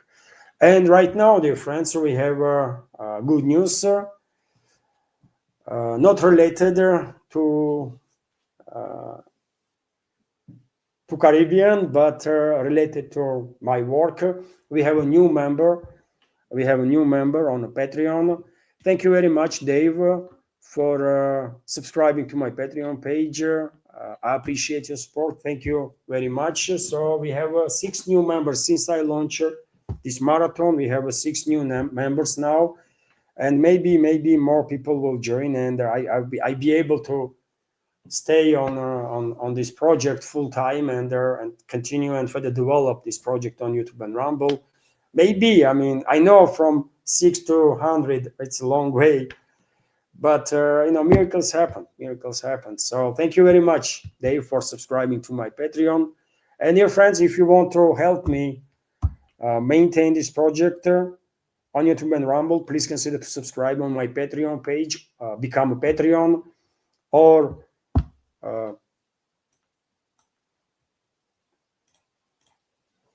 by the way, on a Boosty,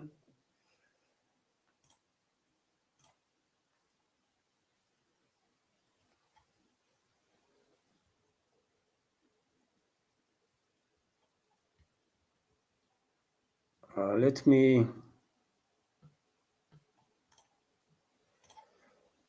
Yes, Dave, thank you very much. Thank you very much. And sorry, dear friends, I have to deal simultaneously with many things here.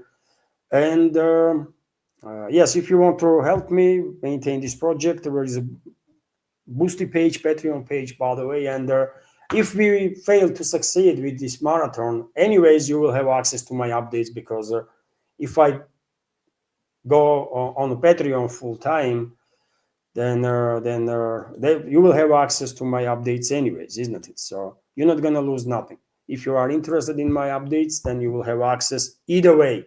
So subscribe to my Patreon if you can, or Boosty. Or Boosty links are under this video in description box and in the pinned comment. And And let's continue, by the way. Let's continue with the other news. As I said, Kuwait, U.S. Embassy in Kuwait issued a warning to its staff members, to Americans basically, to stay home, and staff members not to come to work because of the activity of the Iranian forces. Canadian Prime Minister Mark Carney had a meeting with the Prime Minister of India during the visit to India. Okay. And this is, by the way, you can see right now on your screen, aftermath of fire on a Saudi state-run company, Aramco, or whatever the name is. And well, Saudi defense officials stated that the drone debris failed on this plant. Some media outlets say that Iran intentionally targeted this plan. I doubt that Iran intentionally targeted this asset of Saudi Arabia. And when I saw these reports, by the way, first thing come to my mind was, I mean, maybe this is Israelis or Americans, man, targeting, right, this plan to push Saudis to launch a war on Iran. And we should expect all sorts of provocations, by the way. We should expect all sorts of provocations from Israelis, American side, from Western secret services to provoke war between Middle Eastern these monarchies and Iran. And they can do anything, by the way. They can assassinate some officials in any of the Gulf states and then blame Iran on that. They can bomb any of these territories, right? And then blame Iran. They can come up with many things, right? On top of all the leverage that they already have, including potential threats to confiscate everything that these Gulf monarchies have in the West. And they have hundreds of billions of assets there, man, trillions, most likely. And you see right now on the screen, dear friends, top one is Yak 130 Russian train and the military plane. And on the bottom picture, there you can see MiG-29. This is both Soviet, Russian. I mean, Yak 130 is a Russian plane. MiG-29 could be Soviet era plane in Iranian Air Force, but yeah, they were spotted there over there, Tehran. So Iranian Air Force is operating. And when I say that it is a possibility that Iranian Air Force actually shut down these American planes, I mean, I have reasons to believe that this might be their case, because Iranian planes, you can see, man, they are operating, they are flying, right? They are conducting sorties, attacks, ground strikes, and so on, right? Not ground strikes yet. They are launching missiles, anti-ship missiles, whatever operations they do, right? So it is a possibility that maybe MiG-29, maybe F-14 somehow sneak into either Kuwait airspace or get close to it and then launch long-range missile or something and intercepted their F-16 and other planes that have neutralized. And well, that's my page, right? My Telegram channel that we went through now. You know, let me check what BB Geopolitics reported in past few minutes since I launched the live stream, basically. You can see a video right now of Saudi Aramco facility on fire, state-run oil giant.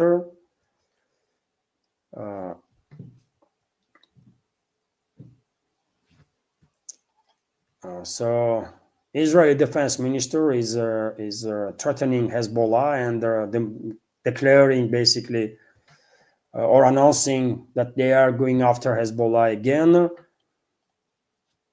Saudi official on Al Jazeera, American defense is focused on Israel without concern for the defense of the Arab Gulf states, which host many of the military bases. Really? Saudi official? went to criticize US. Come on, man, seriously.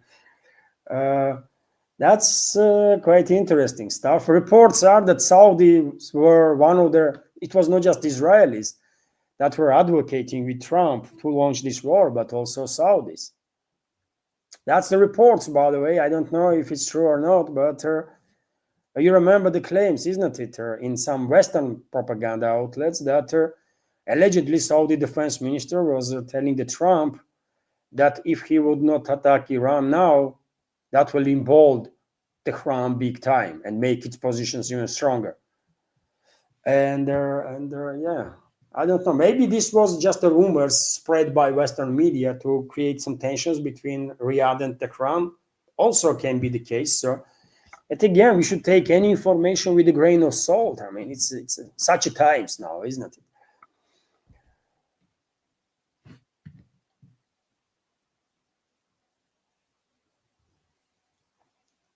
Saudi Ministry of Defense confirmed their drone attack on the Ras Tanara refinery. According to their ministry, two drones that attempted to attack the facility in the morning were intercepted and destroyed. As a result of the failing debris, minor fire broke out. It's not really a minor fire, and the question is whose drones were those?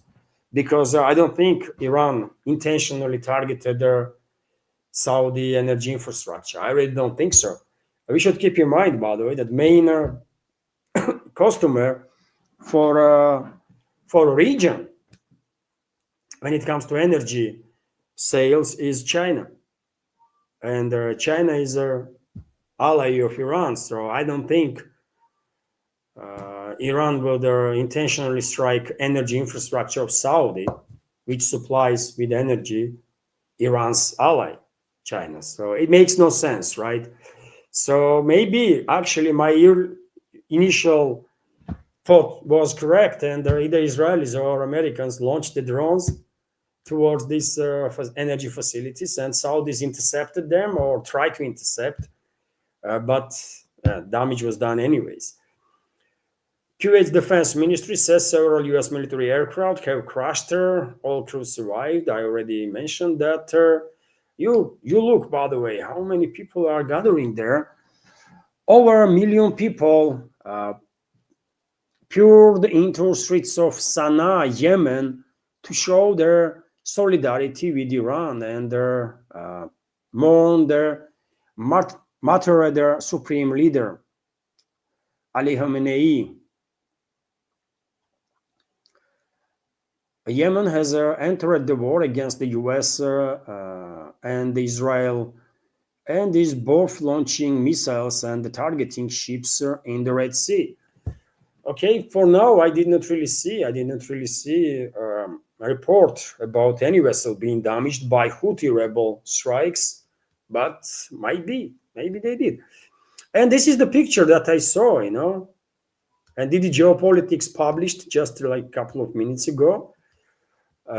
This is the picture. This is F-15 pilot, American pilot, and you can see this someone there with something in her hand, kind of threatening to attack or something. I don't know. Eventually, this pilot was taken, I guess, taken into a hospital or something, right? Also, let's see what RT is reporting. With what RT reported since I launched the live stream. So NATO wants a partial or complete naval blockade of our country, Russian envoy to Norway, speaking to Izvestia on Arctic tensions. They already demonstrated their willingness to use their capabilities to restrict freedom of navigation in violation of the fundamental norms of their international law. And yes, I mean, it's not just me, by the way, that are saying for how long now that our NATO member states, globalists, and their allies want to impose maritime embargo on Russia. But you see now, Russian high-ranking diplomat, Russian ambassador to Norway, is saying the same, because it's obvious, man. It's obvious. You don't have to be freaking genius to understand this, right? And without strong retaliatory measures from Russian side, I don't think these globalists and globalist control regimes in Europe gonna uh, even think about the escalation. Even or not, they're gonna further escalate, right? It's just obvious.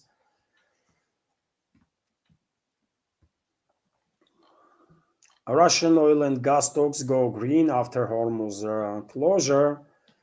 Brent crude surged nearly 10%, while gold topped 5,400 for ounce. Okay, okay. Germany considers joining war with Iran. This is reported by GLZ Radio, citing German officials.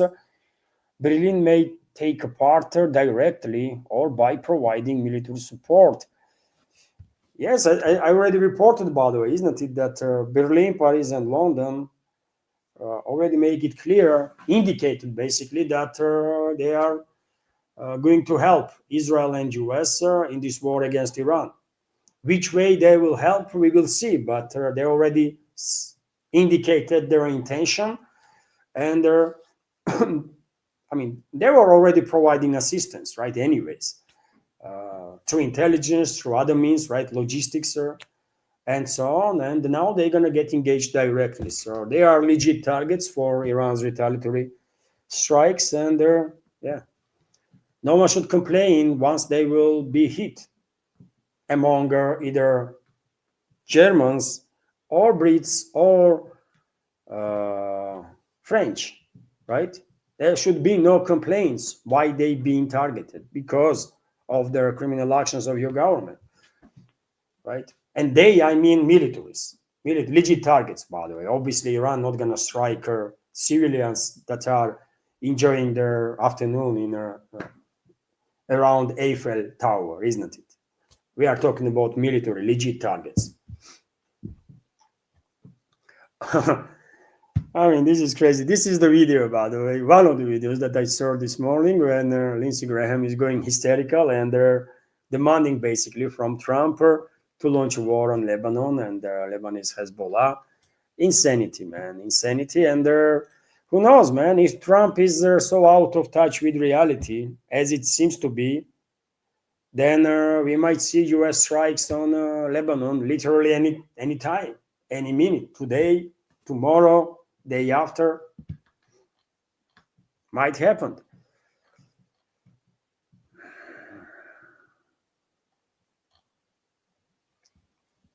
Flights from UAE to Moscow are seemingly back on schedule after Iranian strike on their airport. I mean, it is crazy, man, that civilian aviation is there to flight in these conditions when missiles flying in and out, when planes are flying all over. It's it's dangerous.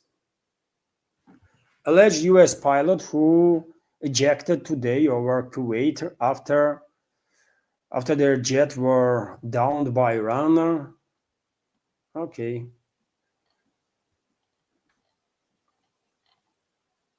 IDF says it carried out a targeting strike in Beirut against their senior members of Hezbollah. Trump postponed attack on Iran for a week to make Tehran believe that US wants diplomatic solution, according to Axios. I mean, situation is getting worse and worse for Trump and his administration, isn't it? Even Western media, is not hiding that or making it clear for everybody, for whole world to see that U.S. Political class, U.S. administration in this particular case is total liars and cannot be trusted under any circumstances. And that's why I wonder now how Moscow gonna react. I mean, in real terms, right? Will Russian president stay engaged in these so-called trilateral talks or bilateral talks with the U.S., or will he say, you know what? No, man, it's embarrassing to talk to these ones. I wonder what's going to be Russia's position because it clearly makes no sense. I mean, clearly makes no sense to be engaged in any sort of talks with the Trump's administration or with the Trump, man. It's just that obvious, right? France is ready to defend Gulf countries. Really, France is yes, France is going joining this war too. Russia is in a constant contact with Iranian leadership and the Gulf countries. According to Kremlin, Vladimir Putin will hold an international phone call today related to situation surrounding Iran. Okay, that's good. Of course, as I said, by the way, I think Moscow has done quite a good work in terms of diplomacy with the Gulf states, right? Because until now, yes, some strong statements were made from Riyadh, from Doha, and some other places. But as of now, these Gulf states, despite all the push from the West and Israel to join this war against Iran, they are staying out of it. As of now. And this is mostly, I think, thanks to diplomacy from Russian side, diplomatic work from Russian side, and explanation that how dangerous situation will be for everybody in the Middle East if these Gulf monarchies will join the war, right? And also, we should acknowledge that China is engaged in diplomacy too, big time. China. Because I said, man, neither Moscow, neither Beijing can afford to allow Western ruling class to succeed in their attempt to completely destabilize Middle East, engulf in the war on ethnic lines, sectarian lines, in a war between the neighboring countries, and to shut down the navigation in the Persian Gulf and Hormuz Strait. We cannot afford this kind of stuff to happen, right? So we have to do whatever we can, Russia and China, to make sure that Middle East can maintain strategical stability. It is impossible to call the region a stable region because of the many reasons, but at least on a strategical level, stability has to be maintained, and navigation in the Persian Gulf and Hormuz Strait has to be safe. Just has to be. Just now, the Geopolitics also dropped this video of another Western jet failing from the sky. However, this one is burning and location is unknown. Let me see, by the way, if I'll be able to identify plane by its airframe. Is it a F-15 also? It's difficult to say, by the way.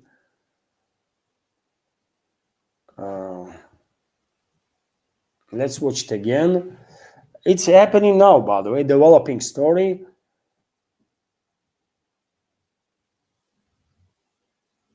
F-18. I mean, it's to me it looks like FA-18, by the way. I don't know. It does not look like F-15, more like FA-18 carrier-based plane. I don't know. Let's watch from. At one point, tail side looked like F-15's, F-18's tail. So could be F-18. Could be F-18. I don't know. Another U.S. jet seems like being neutralized. Wow! It's raining, by the way. There, it's raining with American planes in the Middle East. What's going on? I don't know. Of course, more information will be available, by the way, about this stuff, and I will share additional information. As of now, as far as I can tell, based on videos that I have seen with my own eyes, US lost at least F-15, and this one is F-18, I believe, right? Clearly, two jets, minus two jets from US Air Force, and the reports are that more planes actually were neutralized, right? US lost more planes, and Kuwaiti Defense Ministry confirmed that. Um, let's see what's going on here. This is Kirill Fyodorov channel, by the way, and right now you can see mobilization Ukrainian style. These goons of Zelensky's regime kidnapping another civilian to throw him into trenches. It's everyday occurrence throughout the Kiev controlled territory. There was a videos that U.S. Israeli side released about strikes on some airfields in Iran, and in this particular case, Su-22 Soviet airplane is targeted. Their export modification of the Su-17, very old plane, by the way, very old plane. And when I saw this video, I saw these videos, by the way, this morning. And the first thing that came to my mind was, is Iranian side is deploying these planes in different areas, especially, right, as a decoys, basically, right? These are old planes, by the way, right? Some of them probably are decommissioned, and it's an ideal decoy, right? And U.S. or Israel, they're gonna use one or two extremely expensive um, munition, precise munition on the while attacking these planes. It makes sense. Makes sense.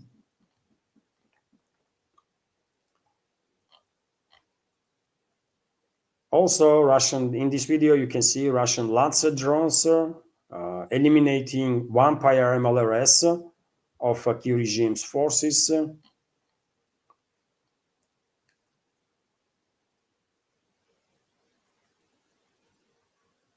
Yes, this channel is also reporting that MiG-29 and Yak 130 was spotted in the skies over the Tehran.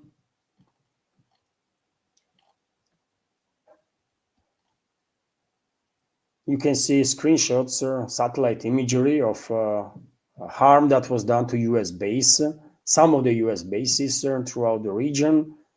Numerous strikes, by the way, clearly visible. And so, yes, that's about it for now, right? That's about it. Let me, dear friends, check once again media. Let's see, maybe RIA Novosti is, a live updater will tell us a little more, and I guess that's about it for now. And I want to ask question, dear friends. I want to ask question. What would you prefer? Next, my update for this evening to be also live stream in a very same style as I did this one, or you would prefer walk and talk type of video? Because I mean, I can do both, right? I can build after this live stream, I can build another news update. It will take approximately 2-3 hours, right? I will make a new update, and I can go out in a city and record the video from streets of Moscow or on streets of Moscow. If you prefer walk and talk, if you prefer live stream, then let me know in the chat. By the way, I'm looking at the chat right now, and so which way should we go?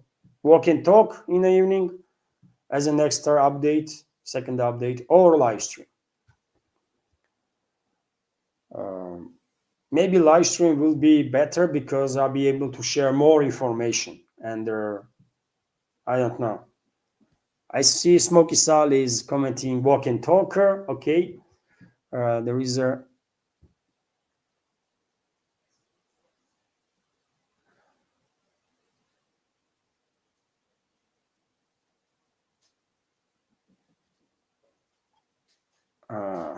okay. I will I will do walk and talk, and maybe later on today, late around 11-12, I give you live stream if there is developments that you might be interested to hear about, right? Maybe sites will take a pause for for a few hours. I don't know. Let's see. Depends on developments, of course. Okay. Now let me once again, dear friends, share with you latest updates from a live reporter on RIA Novosti. Let's update the page and that's about it. The damaged building of the Guti hospital in Tehran. Well, U.S. Israeli strike almost completely destroyed the hospital in Tehran. This Gandhi hospital. You can see fragments. One of the results aftermath of this strike. Why they did strike hospital yet again? I don't know. What psychopaths, right? They are targeting schools. They are targeting hospitals. I don't know. It's definitely cannot be explained easily. They are psychopaths. They are psychopaths, murderers, right? And that's why they do this kind of stuff. Sheremetyevo is expecting flights from Abu Dhabi and Muscat to arrive today. Sheremetyevo is, of course, one of the airports that are servicing Moscow.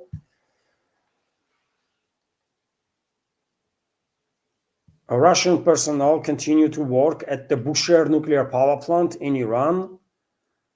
Interesting, important. Iran stated that it did not plan to attack oil facilities in the Middle East countries. Interesting. What I just said, by the way, a few minutes ago, it well might be that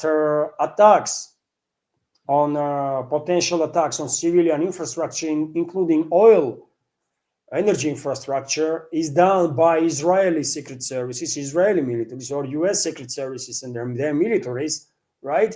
In order to trigger these Gulf monarchies to go on a war against Iran. Because Tehran is saying that we are not interested in targeting this freaking energy infrastructure of these countries, and they are not, because yet again, China is the main buyer, by the way, of the energy from Saudi Arabia, from entire region, by the way, right? China is their main trade partner, and Iran would not harm Chinese interests because China is their strategical ally too. So it makes sense, right, that Iran would avoid intentionally targeting this energy infrastructure. But if any one side would like to see attacks on energy infrastructure, is Israel and US, right? Western, collective West, basically, and Israel, because they want to push these Gulf monarchies to engage in this war against Iran. And yeah, that's exactly what is happening, I guess, right? Iranian commander reported that air defenses shot down 3 American fighter jets. Interesting, by the way, interesting. Iranian side is claiming that they shot down 3 American fighter jets. We saw a video of 2, maybe video of 3rd intercepted plane will emerge also. The nuclear facility in Natanz was hit. Iran's permanent representative in Vienna stated at least 5 people were killed in attack on a school in Iran. Another school attacked, by the way. I mean, today. What the hell, man? What the hell? Israel is not yet preparing for a ground invasion of Lebanon, IDF spokesman said. Well, they will need some time before they will mobilize these 100,000 reservists that they call. I already shared information, isn't it? That 100,000 reservists were called, most definitely to attack Lebanon. At the same time, you never know, man. Israel might... it's far away from Israel, right? And without involvement of Gulf monarchies, I don't see it's possible Israel to send its ground forces into Iran. How are they going to do it, right? By ships, too dangerous, right? Doable, but too dangerous. So therefore, the target of IDF will be in terms of ground operation will be Lebanon, of course, or maybe they will resume attacks on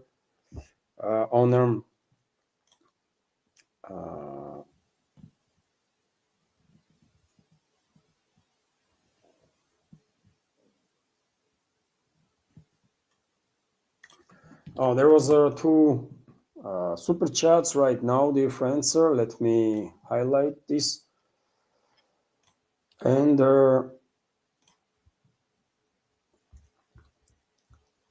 so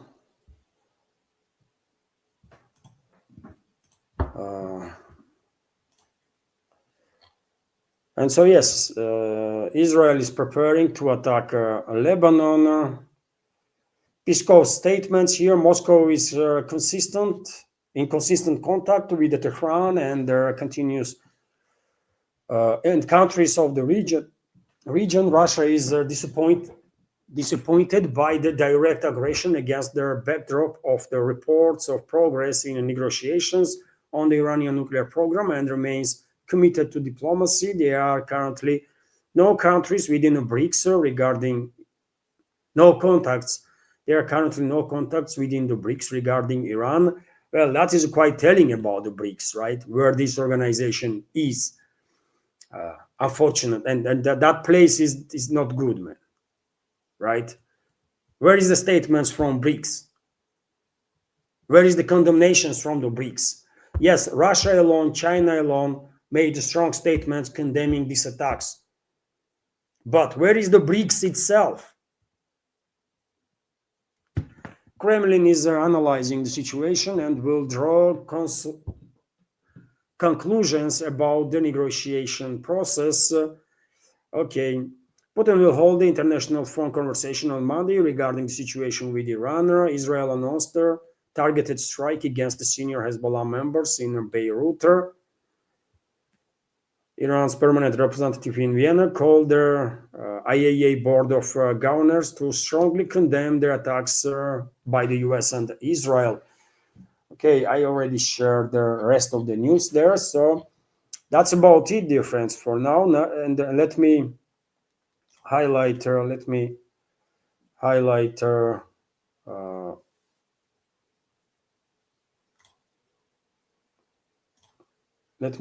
this super chat from Rumble. Scooby, thank you very much for another super chat and $12 donation. And Scooby is commenting. You can link polls to ask her audience, and there is a poll linker, poll maker.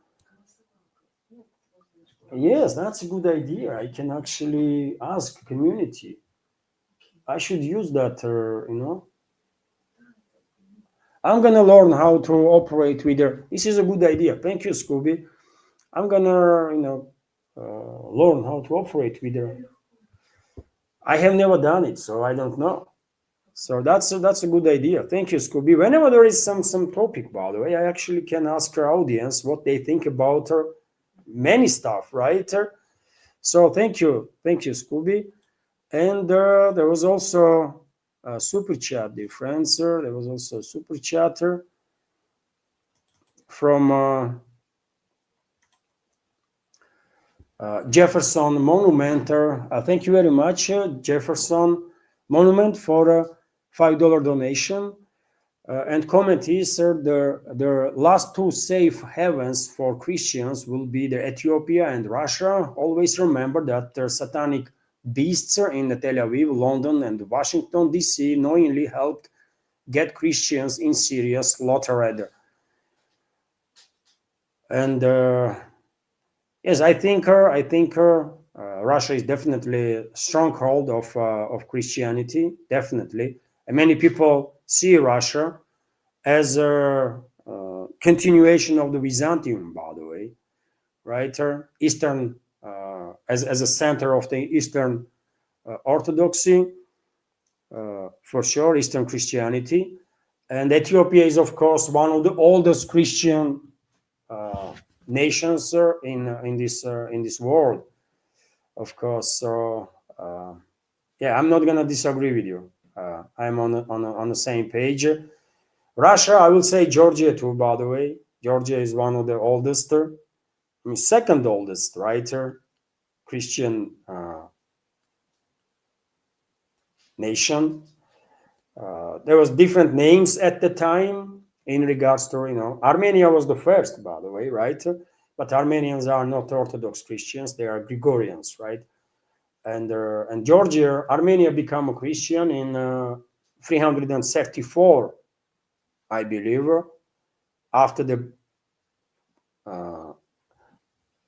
после нашей эры, это AD or BC?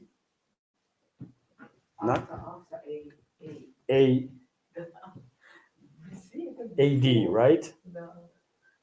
А вот D означает after what? After. So 334 AD was when Armenia, AD after Jesus born, right? So yes, 34 was when 334 when Armenia become Christian, and 337 when Georgia become Christian.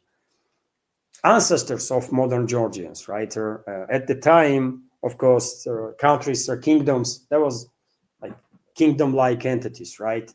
They had different names and stuff, but yeah.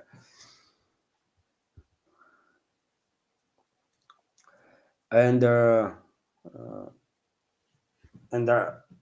so yes, thank you very much, Jefferson, for your comment. And definitely, Russia is one of the last strongholds of the Christianity and the Christian values and traditions and human values and traditions, right? Let's be real here. Christian traditions and values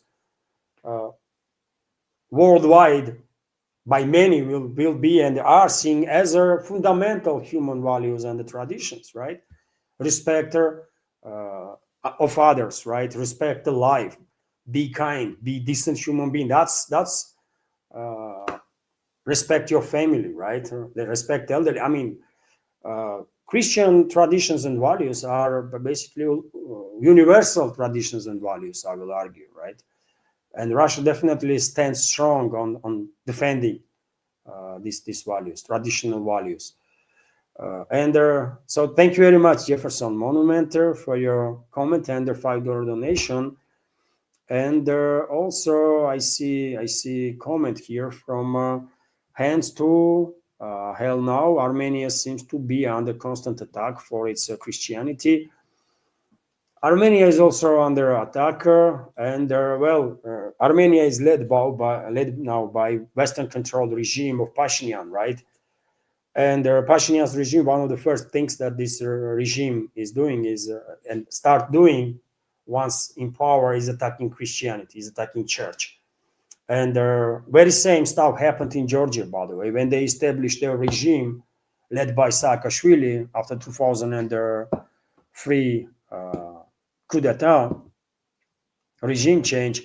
They began, almost straight away, they began attacking church. And unfortunately, with their anti-Christian propaganda, they brainwashed very many people among young generation, very many people, by the way. They harmed those people, they harmed their families of those young people that being brainwashed, right?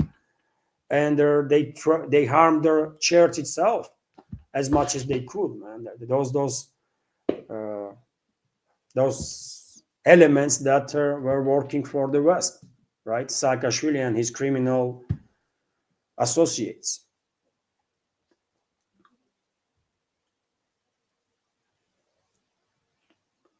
Oh yes, and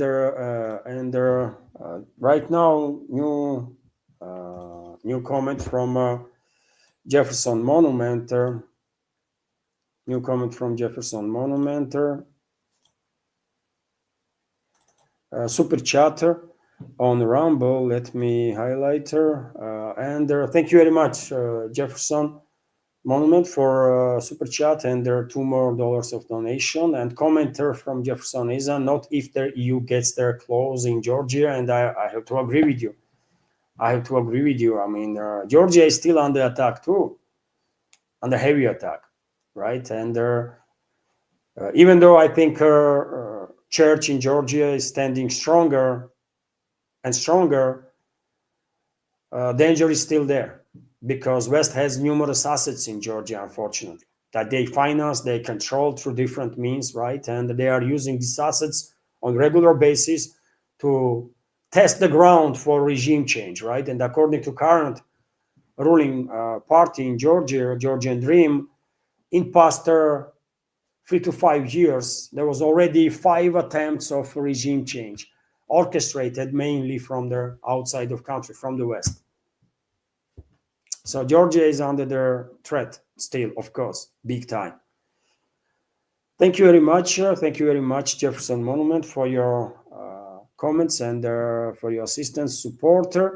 Dear friends, let's send this live stream on that. I hope you find it informative and useful, interesting. And let's see, dear friends, maybe I'll go in a couple of hours' time, do some walk and talk, and later on, if there is a based on the news field, right? Based on developments, or maybe I will launch even live stream later on today. I don't know, but for now, this is it. Thank you all for your attention, for your time. Hopefully, I did a good job with this update. Thank you, and take care. Bye for now.